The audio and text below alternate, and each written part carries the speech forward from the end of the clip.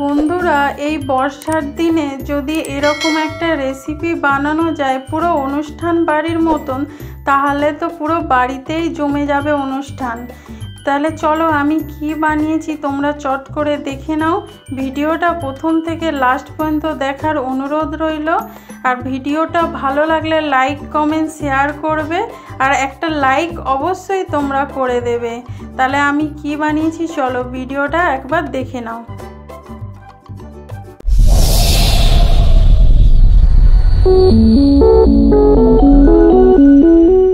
এখানে আমি 2 বাটি ময়দা নিয়েছি, 1 বাটি যে আরও 1 বাটি ময়দা আমি নিলাম। এবার ময়দার মধ্যে আমি স্বাদ মতো নুন আর একটু চিনি, 1 চামচের মতন আমি চিনি দিয়ে দেবো। এখানে স্বাদ মতো নুন দিলাম আর 1 চামচের মতন আমি এখানে চিনি নিয়েছি। আমি এখানে গোটা চিনি নিয়েছি, তোমরা চাইলে কিন্তু চিনি গুঁড়ো দিতে পারো। আমি এখানে 1 চামচের মতন চিনি দিলাম। এবার চিনি আর নুনটা ময়দার সাথে ভালো করে আগে মিশিয়ে নেব। আমি এটা পুরোপুরি তোমাদের ইস্ট ছাড়া করে দেখাচ্ছি, বাড়িতে থাকা উপকরণ দিয়েই আমি বানাবো খুব সহজে, একদম তোমরা দেখতে থাকো। এবার মাঝখানটা একটু ফাঁকা করে এখানে আমি একটু দই দিয়ে দিচ্ছি, 1/2 বাটি, মানে এখানে 6 চামচের মতন দই আমি দিয়ে দিচ্ছি। 6 চামচের মতন এখানে দই দেব। দইটা যেন একটু টক যদি হয় তাহলে খুব ভালো হবে। 1 চামচ আমি বেকিং পাউডার এখানে দিয়ে দিচ্ছি। বেকিং পাউডার 1 চামচ দেওয়া গেলে এখানে আমি 1/2 চামচ বেকিং সোডা দিয়ে দেবো। দিয়ে দইটার সাথে ভালো করে মিশিয়ে নেব। তোমাদের কাছে যদি বেকিং পাউডার বা বেকিং সোডা না থাকে তোমরা কিন্তু খাবার সোডা বা ইনো দিয়েও করতে পারো, বা যে কোনো একটা জিনিস থাকলেও কিন্তু বেকিং সোডা বা বেকিং পাউডার যে কোনো একটা জিনিস দিয়েও কিন্তু করতে পারো, তাতেও কিন্তু খুব সুন্দর রেসিপিটা হবে। দেখো দইটার সাথে মিশিয়ে দেওয়ার পরে দইটা কীরকম ফুলে উঠেছে দেখতেই পাচ্ছ। এবার এর মধ্যে আমি 1 চামচ তেল দিয়ে দিলাম। তেলটা দিয়ে এবার ভালো করে ময়দাটাকে মাখিয়ে নিচ্ছি। ময়দাটা যত ভালো করে মাখানো হবে তত কিন্তু রেসিপিটা সুন্দর হবে। আগে দইয়ের যে জলটা রয়েছে সেইটার সাথে ময়দাটাকে ভালো করে মাখিয়ে নেব। আর হ্যাঁ, তেলটা কিন্তু এখানে বেশি দেবে না, 1 চামচ মতো দেবে, খালি ময়ামের জন্য। বেশি ময়াম কিন্তু হয়ে গেলে খাস্তা হয়ে যাবে, রেসিপিটা কিন্তু একদম ভালো হবে না।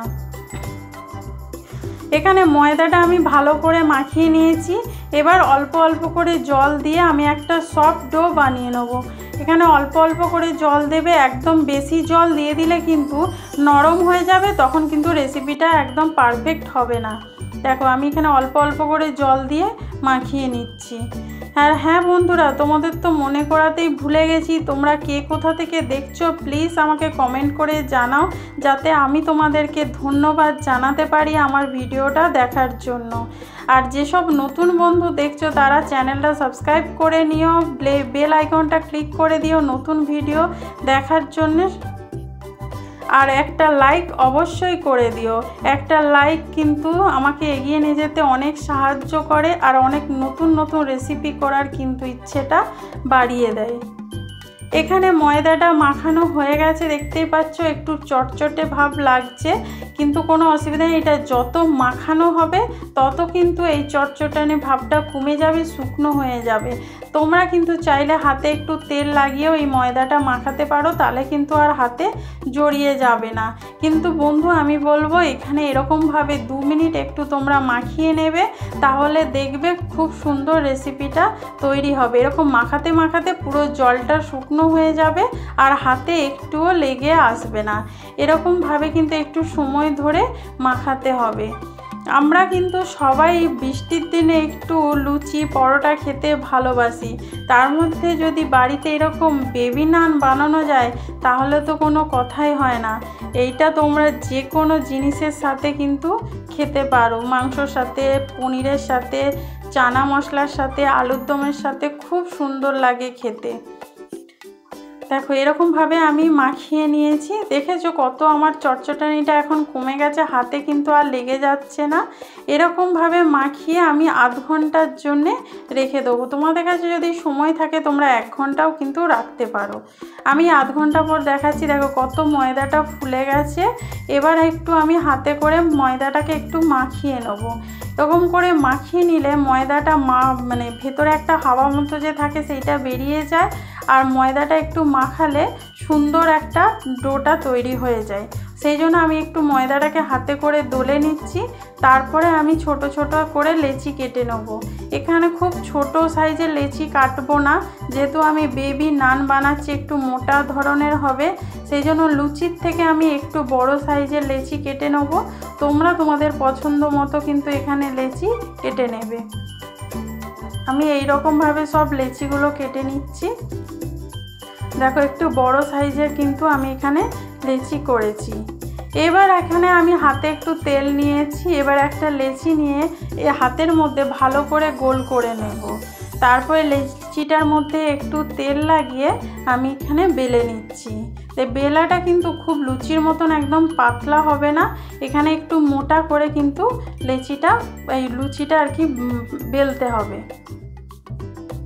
এখানে আমি আস্তে করে দেখাচ্ছি, দেখতেই পাচ্ছ আমার এখানে মোবাইলের স্ট্যান্ডটা আছে, সেই জন্য আমি খুব তাড়াতাড়ি করে হাতটা চালাতে পারছি না, আস্তে আস্তে করে দেখাচ্ছি, একটু অসুবিধে হচ্ছে, তোমরা একটু দেখে নিও, অ্যাডজাস্ট করে নিও।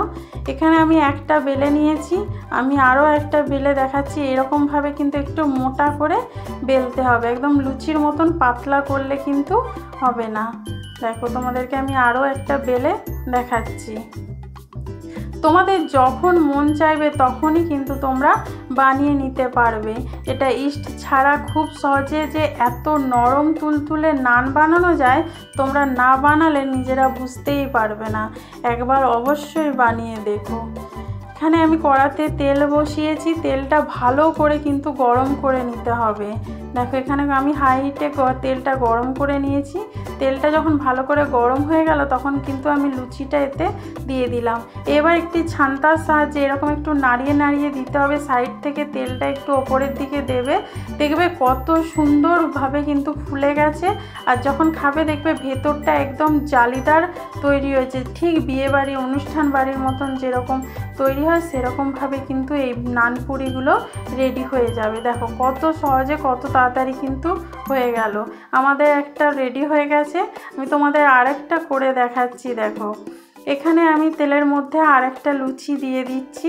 দেখো এই দেখো কত সহজে, দেখো সঙ্গে সঙ্গে কিন্তু এরকমভাবে একটু নাড়িয়ে দেবে, তাহলে কিন্তু খুব সুন্দরভাবে ফুলে উঠবে। আমাদের কিন্তু এরকমভাবে সব নানগুলো করে নেব। এই নানগুলো এবার নামিয়ে গরম গরম তোমরা যে কোনো রেসিপির সাথে খেতে পারো, নিরামিষ আমিষ সবার সাথে কিন্তু খেতে অসাধারণ লাগে। আর বাড়িতে কোনো অতিথি চলে এলে চট করে কিন্তু লুচি তো আমরা সবসময় বানাই, এরকমভাবে তাদেরকে নানপুরি বানিয়ে দিও, দেখবে তারাও কিন্তু তোমার প্রশংসা করবে। এই রেসিপিটা যদি ভালো লেগে থাকে লাইক কমেন্ট শেয়ার করো। নতুন বন্ধু যারা দেখছে তারা কিন্তু চ্যানেলটা সাবস্ক্রাইব করে বেল আইকনটা ক্লিক করে দিও নতুন ভিডিও দেখার জন্যে। যারা ফেসবুক থেকে দেখছো তারা কিন্তু পেজটা ফলো করে দিও, আমার চ্যানেলটা সাপোর্ট করো, পাশে থেকো। আর বন্ধুরা ভিডিওটা কেমন লাগছে প্লিজ কমেন্ট করে অবশ্যই জানাবে। ধন্যবাদ।